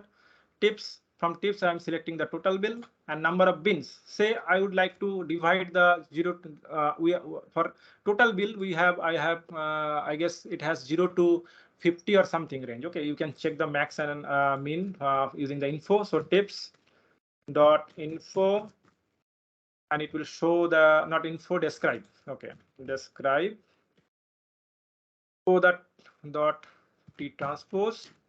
So now you can see the max value for total bill is around 50.81. So what it will do, it will create a equals bin interval or create bins of a 20 side. Total 20 part, it will divide this from 0 to a max value or whatever the minimum value to max value. Minimum value is around 3 to max 50. It will create a interval, equal spaced interval into 20 bins, and in each bin, whatever the value will fall, it will count that. And if I am giving a color also green, if I plot that, it will look like this. So it has divided into 20 bins, and most of the highest bin you can see, you can look at a 35 number of observation located in around say 15 or 16 to 17 like that. Okay, so it is give a rough idea that how the over the different bins, how the values are distributed. And the smooth version of that is known as density function, using a kernel density function. Also the C1, you can it also returns x if you save this plot in x, and if you take the first of index at index 0, take the values, that it will show the array of the y-axis values. Okay, like y-axis values. And if you take the index 1, then it will show the x-axis values. So you can do more thing with that. Similarly for C1 style, so figure and axis plt.subplots and figure size equal to this, then sns.dist plot, that is mean distribution plot. Then we are giving the tip column and axis equal to axis. It will directly plot like this. And also fit a density function. Let's customize it further. So figure and axis sns.dist plot, we are giving the total bill as because it is a univariate plot, only I have to give only one column. There is no y automatically computed and plotted. And as it is a density function, that's why it is showing like this in 0.03, 0.04 like that proportion count. So x is equal to axis. Now histogram equal to true. I need the histogram. Rug means how many where the more observation is present, it will mark. Okay. So axis level equal to axis level. So x-axis level will be total bill. KD means kernel density estimate. That is this smooth version of the plot. It is true. Norm histogram normalize, it will histogram, and you can normalize it using G-score. That is the statistical part. Still I'm using it's true. Then some further customization like KD keyword arguments, that kernel density. I would like to plot the kernel density, this function that is this smooth line with color this hash color, and line with this 3 line style will be dotted. Then similarly for histogram, the color should be this, and alpha, that is opacity. I don't need 100% colorful. Please make it dimmed version of that. Okay, so 80%. And rug, the rug color would be with red, I guess. It is a red. Next, what we'll do, instead of showing directly this, let's me first comment it out and plot this one. Now this is the plot. And these rug bars are showing that where it is more dense, where the more observations are present. So around 35 observation was present here in the count plot, earlier plot. So here the more observations are present. As we go outside of the distributions in the range, it is very small actually. The density is very less. So next what we'll do, I would like to add a dollar sign here because it is total bill. Same formatter we can use, this formatter. So for matplotlib.ticker, str method formatter, and str inside the str method formatter, I would a dollar sign with curly braces x for all values. and axis.x-axis.set measure formatter where we provided the MFT, where we have saved that. Okay, and so it will automatically add the dollar values. Okay, so next, removing the spines, adding a title. So set title is this and size is this, and removing the splines and saving the image. So comment it out.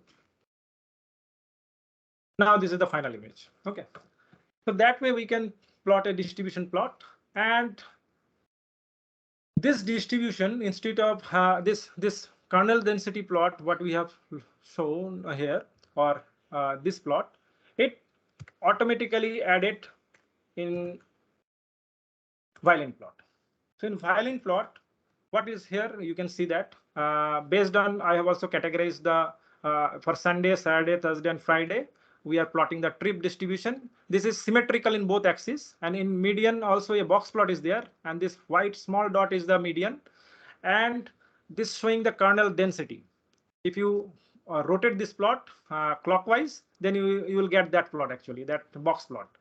But instead of box, we are giving a kernel density where the more observations are present. This is for male and this is for female. This is for male, this is for female, and for each day wise. Okay, so that will help us to identify the smooth where the more observations are present, and where is the more it is the width is more. That means it's showing that more number of observations are present at that range. So how to do that? We can directly use now Violin Plot. We can import the data, then create a axis object. Then sns.violinplot has that function.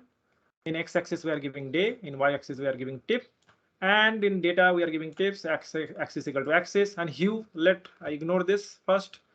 Okay, I don't providing the hue. I will talk, and it is a dodge version because this dodge is also I don't need that. So because I'm not giving a hue as sex, the sex as hue. Okay, and if I plot that, now it is showing that overall the different tips over a different day wise. Okay, day category like Saturday, Sunday, Thursday, and Friday, and this is the density. But what if I would like to make a divide for each Sunday based on the sex, or based on the lunch or dinner? So if we use the hue parameter, the sex parameter is actually a categorical data because male and female. So it will automatically color and create two plots for each day, and side by side it will plot. So, and I'm providing it as a dodge true. So it will be a dodge plot. It would be like this, like it is now divided into female and male, and also given an identifier or legend here. Okay, for each day. Now you can identify whether the median for Sunday for female is, you can see here it's high than compared to male, median value. Similarly, you can see that the range goes to up to 12 only for Saturday for male.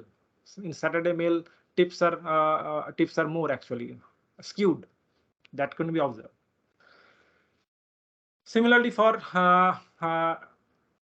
next is a dodged version, but instead of creating separate two plots, why we are wasting space here? Because I can plot the male part of, if I plot a vertical axis here, and if I show the male part in left and female part in right, or male distribution in left, male distribution in left, or female distribution in right, rather than two plots, we can do it in one plot. So here we will do that. Okay, so again defining the subplot. Violin plot, we have to give x is equal to day, y total bill. For total bill, I'm doing this. Hue is equal to sex, so it will divide the group two plots for male and female. Data is tips. Dodge equal to true, again dodge. Line width, the line width, okay, automatically give 3. Scale equal to count. Instead of say density, I would provide here the count. Or you can also provide the area, so it will automatically make the area as 100%. Also, it can be width. Different formatting are there, like the method used to scale the width of each violin. If area, each violin will have the same area. If count, the width of the violin such will be scaled by the number of observation in the bin. If width, each violin will have the same width. Okay, so here we are giving the count. And inner equal to box, we are also need a box inside that. Split equal to true. Instead of providing separate, do it in single plot or single this violin plot. and axis equal to axis, then removing the splines and adding the tick parameters, label right equal to true. Now you can see that the male and female in same box violin plot. In left side it is represent female and right side is male based on the count. Okay, it is based on the count because we have given the count parameter. So it is very useful.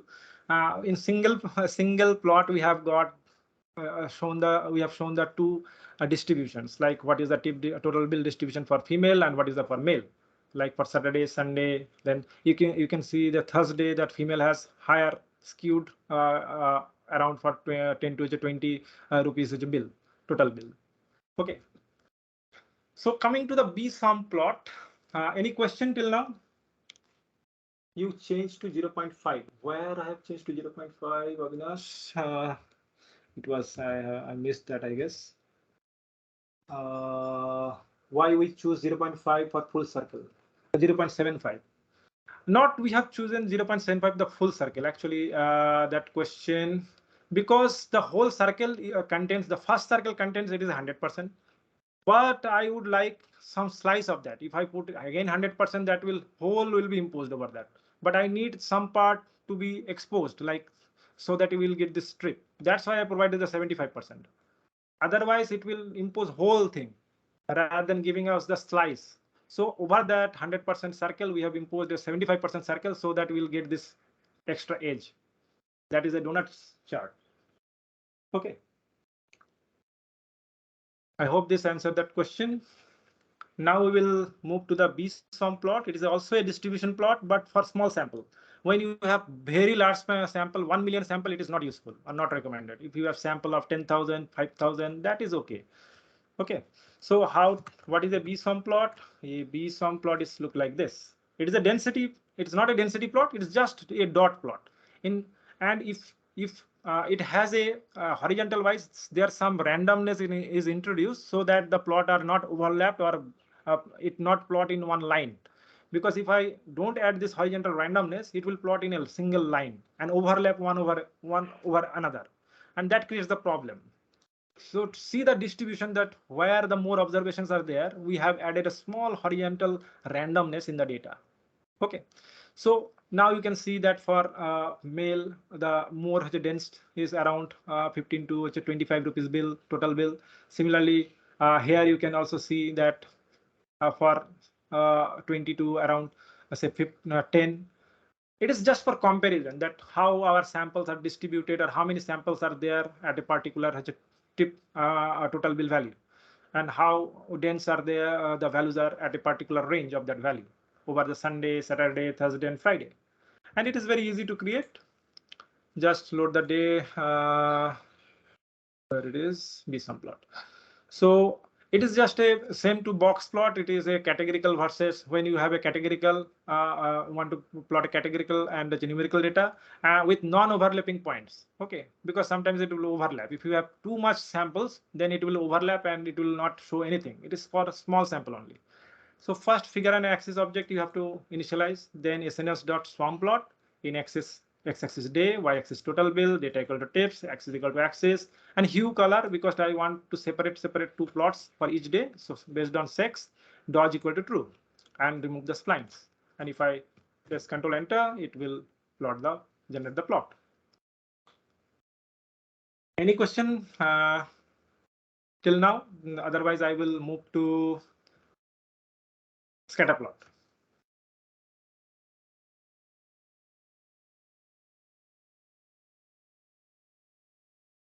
Okay, if there is no question, then I will move to scatter plot. I will wait for 10 seconds. You can type.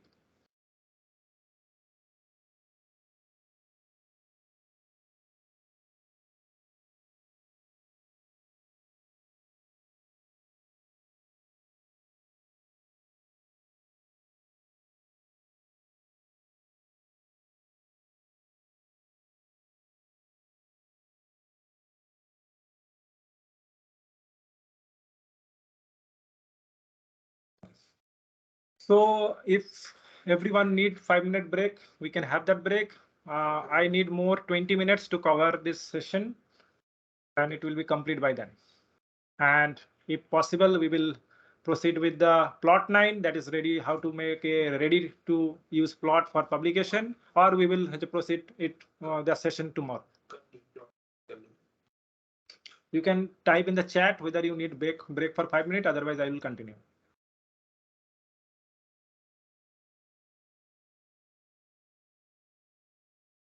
Anyone in the chat whether I will continue? Yes, sir. Break. Okay, then we will resume after 10 minutes at 5 o'clock. 5. Okay. 5. Let's say 5.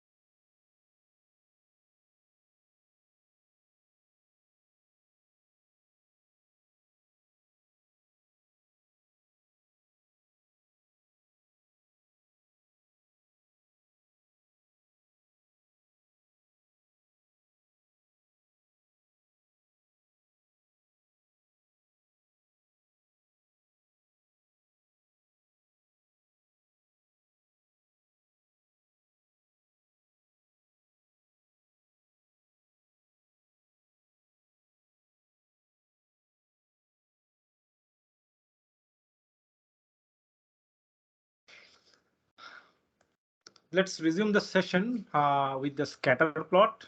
I hope everyone is in front of their screen. So yes, scatter plot is just a relational plot that shows the relationship between two numerical variables. Okay, for example, this one. Like, what is the relationship between total bill and tip?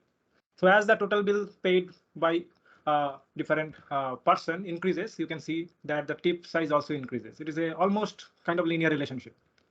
Okay, and also there are C1 has a particular function that also helps us to segregate the data based on a particular category. Like instead of plotting this in aggregate manner, we can also plot it based on sex, this sex column, and also the smoker column, yes or no. Okay, I will show that how it done. So first, let's go for the matplotlib style. So first, we will initialize the figure and axis object, and after that, axis.scatter. Axis object also contains a scatter function. Inside that, you have to give x, that is our total bill. In x-axis, I want to give the total bill, that is a numerical column, and y-axis tip, and data is tip. Then again, I'm removing the spines from the top and right, and adding a title, adding a x label, adding a y label. And if I enter, it will show me the plot. Okay, so with each point, the x and y values are represented. X in x-axis total bill and y value is tip. Okay, so it is a almost linear relationship. In C1, the C1 has first we need to initiate the subplots, and C1 has a scatter plot function. So sns.scatter plot, give the x-axis value as our total bill column, y-axis tip. Hue, here I'm not, first I will not give hue. Let's see. Then data tips. Palette is deep. You can also give a different color palettes. Okay, so let's not give the color palette right now. So size equal to 100, because matplotlib changing the size of this point, it's a little bit difficult. That's why I'm showing using the C-bond, but it is also possible. Okay, so size is 100, axis equal to axis, again removing the spines, and also it doesn't have to take actually doesn't if you're not also it is giving the figure object, so we don't need this, so we can directly save it. So if I plot this, it will show the C1 style. Okay, so you can increase the size. Now let's say we want to give the hue parameter, that is our color parameter, based on time. So whether it is a dinner or lunch. Okay, and if I press enter, then it will show that it has plotted the two different dinner and lunch in two different colors, and you can see which one is for dinner and which one is for lunch. Okay, so you can also use a palette. Here I'm using a palette called Deep that automatically add two colors, and there are different types of palette available for the Seaborn. You can search and you can change. Next is faceted scatter plot. Let's say you have plotted this, but let's say you want to plot a separate version of that, one for male, one for female, one for say different day wise, like say Tuesday, Saturday, Thursday. So you have to do it again and again by either by filtering the data, or by mainly cases such as filtering the data and plotting again and again. So another relational plot function is available with Cbond. So sns.relational plot that also supports this segregation based on column and row. So x-axis I am giving total bill, y-axis tip, then data equal to tips. Hue parameter is our time, kind is scatter. So again, I am asking that Cbond, if I don't give this, what happens? Let's say, remove this, commented this out, and if I plot, it will show this plot. But let's say I want this to be the row wise. It will take out the data for smoker and plot different plots for different whether a person is smoker and not. Okay, so row wise it will plot yes or no for smoker. Okay, so let's see row wise. So first one is for where smoker is yes, so it is automatically segregated the data, and it's plotted that for smoker case it is yes, and that is for tip and uh, tip and total bill. So common x-axis, okay, level total bill. This one is for smoker yes, this one is for no, this one is for smoker no, and this one is for smoker yes. This plot. So automatically segregated out the data in two data sets and created two separate plot. Okay, one is for where the smoker is no, and another is where the smoker is yes. Let's say instead of row wise also, I would like to divide the data based on sex, column wise. Okay, column equal to sex. So it will give us 4 plot. So this first plot is for where the smokers are no and sex is female. Second plot where is the smokers are no but sex is male, and it is where the smoker are yes, both cases, and say first one is for female and second one is for male. So this is very useful when you would like to see the pattern, and rather than creating multiple plots, you want to plot in a single plot. And you can also directly customize. If you have the axis object, we have the axis. You can also take the axis object with this using this plt.gca, get current axis, and save the in the axis object and manipulate anything like this plot or this plot or this plot, like labels, axis, everything, manipulate every thing you can manipulate actually. So next thing is a joint plot. So joint plot is a relational plot or like scatter plot, but in all it comprised of few additional things. So what the additional things? A joint plot comprised of 3 plots. A bivariate plot. This is a bivariate plots because we are plotting the tip versus such a total bill, and also 2 univariate plot. This total bill distribution is shown here, and this tip distribution shown in here. So you can also see the distributions of each data or each column. That is called a joint plot because we are types of plot in one plot. So let's read the data set, and again sns.joint plot. Then it is a C1 function, x-axis total bill, y-axis tip, data is tip, kind equal to scatter. So the middle plot should be scatter plot. That's what I'm asking from C1.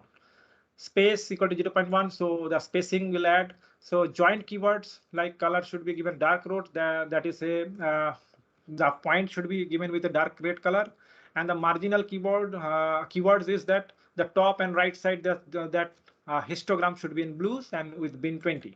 Okay, so again, if you want to, if it is not accept actually the axis or figure object, so you have to take out the figure and axis object using plt.gca, get current axis, and save in axis for the current plot, and gcf is the get current figure and save in the figure object, and you can manipulate anything if you get the axis and figure object. And now I'm saving this, and if I plot this, it will look like this.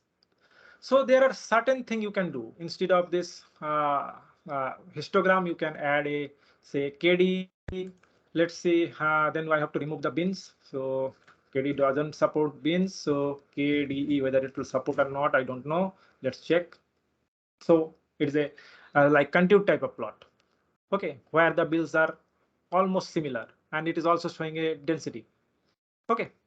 So similarly, it also support hex. Okay, so hex is nothing but when you have very large number of points or observation, it will impose one over another. So a KDA plot is not a hex plot is like this honeybee type, and where the observation is more, it is shown with a dark color.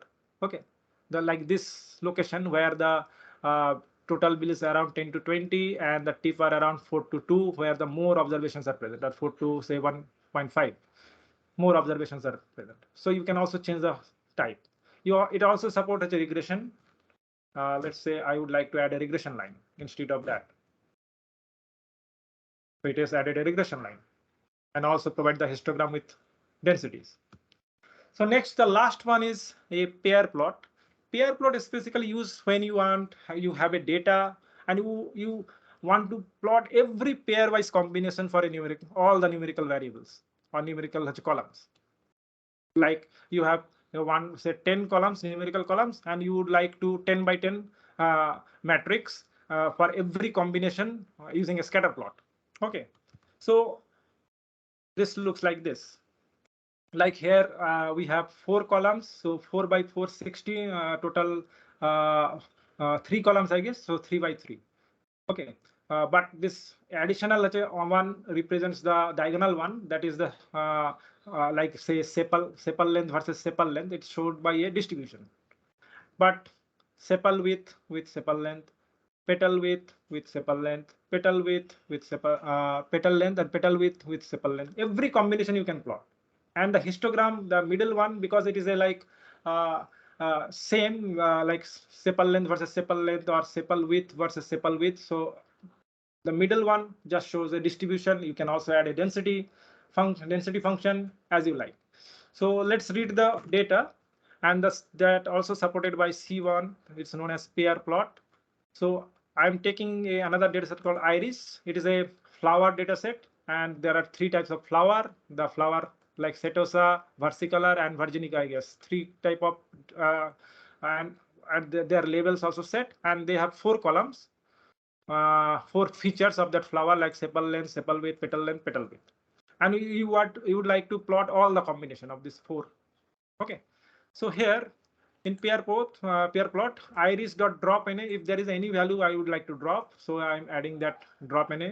Then variables, what would I like to, the combination I would like to plot, the sepal length, sepal width, petal width, all the columns. Hue equal to type, so it will color also the type with 3 type of uh, flowers. Then diagonal kind is histogram, and marker, because it contains 3 type. Each type of that point should be represented with a circle, a star, and a triangle. And the palette I'm using red, green, and blue for 3 type of plotting. Okay. And again, I'm taking the figure object for using plt.gcf because it doesn't support axis or figure object. So figure.savefig, I'm saving this, and it will create all the pairwise combination. So it will take some time because so much computation. It needs so much computation. So it is the plot. Okay. So pairwise, let's say I would like to see the relationship between sepal length and sepal width. So sepal length, sepal width is sepal width here. So that means this plot, sepal length versus sepal width. So this one. And all this color are represented with 3 type of flowers, setosa, versicolor, and virginica. And let's say I would like to see what is the distribution of sepal length. So sepal length versus sepal length, this one. So this one, the distribution. And the 3 distributions are given here for each type of the flower, like setosa, whether it's setosa, versicolor, or virginica. So all kind of combination you can check here to check whether there is a linear relationship is present between 2 variables, or these 2 variables, or there is no relationship. So this is very much useful. Like it is almost normally distributed, but it is not normally distributed. It is also not normally distributed. It is also almost uniform kind of distribution, but not normally distributed. So you can also check. Okay. Instead of histogram, I think it also support KDE. Let's check whether it supports or not.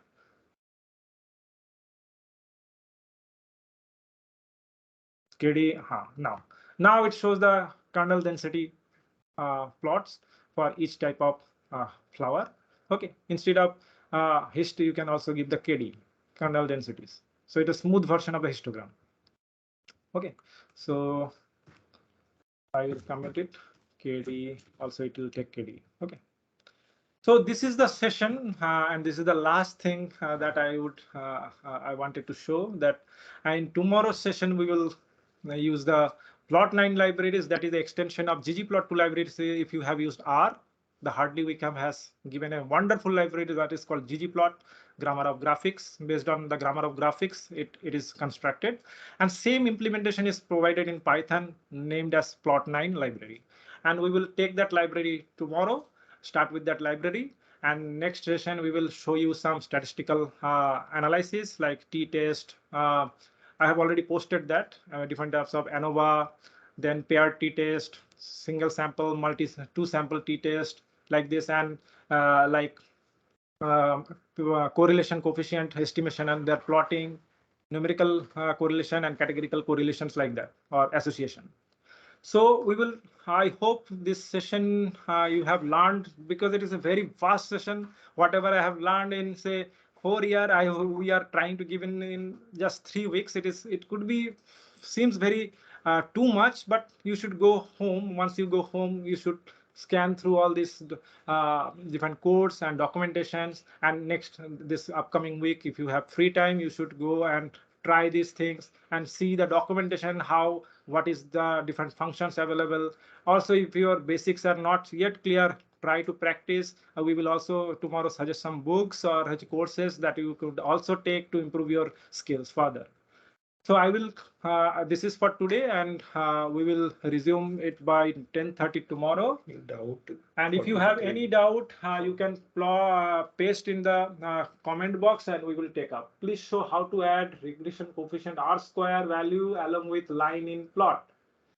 That would I will cover tomorrow, because we are also now getting a little bit headache. And like the tomorrow we'll cover regression in detail. Tomorrow there is another class in the machine learning part, introduction to machine learning. There I will show how to do a regression that is useful directly for putting in your journal using stats model library. There I will show how to compute those R square, adjusted R square, then T value, P values, everything. Okay, that will be covered tomorrow. Any other questions?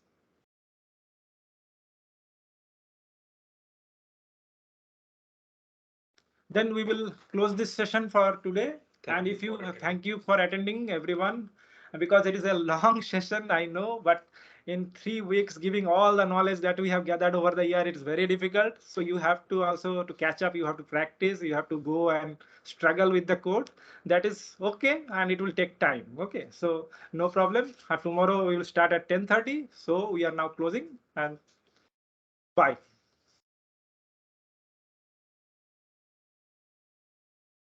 Okay, we are now closing the session. Okay, so you can leave right now.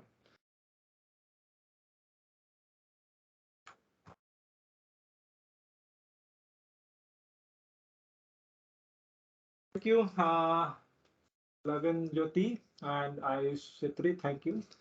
Yes, it is very extensive. Whatever we have learned during my PhD, I have tried to give everything. So it is extensive. I have not learned. This matplotlib I learned when? Just 2 months before. Because matplotlib is, I felt that it is so difficult, rather than I should use Seaborn or say that Plotly library is there. But I have already given a link, I guess, at the top. If you would like to learn more and deep about that, it is also available in Coursera. There is a course, complete course on data visualization, Matplotlib, and Python. It will hardly take 3 hours course, but to learn it, it will take 1 week at least. But cost is in offer you will get it is 450 rupees maximum. So if you type this, it will show you the cost. Around now, right now it is showing 3,400. Just wait for the offer you would like to purchase and learn Matplotlib in detail. Then this course is for you. I have learned everything from. It is very good course, very good. In the internet, I have gone through around 120 course. I have done around 150 course, but still I haven't found any course that is match that course for Matplotlib. It will clear every basics, how to do things, how to do that. And using, once you learn the Matplotlib, you can learn any kind of plot library. The plotting libraries like Seaborn is there, Plot9 is there, Bouquet is there, then Plotly is there. Lots of library are there. Okay, so this is the base. Even right now, even today's, it is used for scientific computing in every field. Okay, so we'll close now. I hope we will see you tomorrow at 10:30. So bye.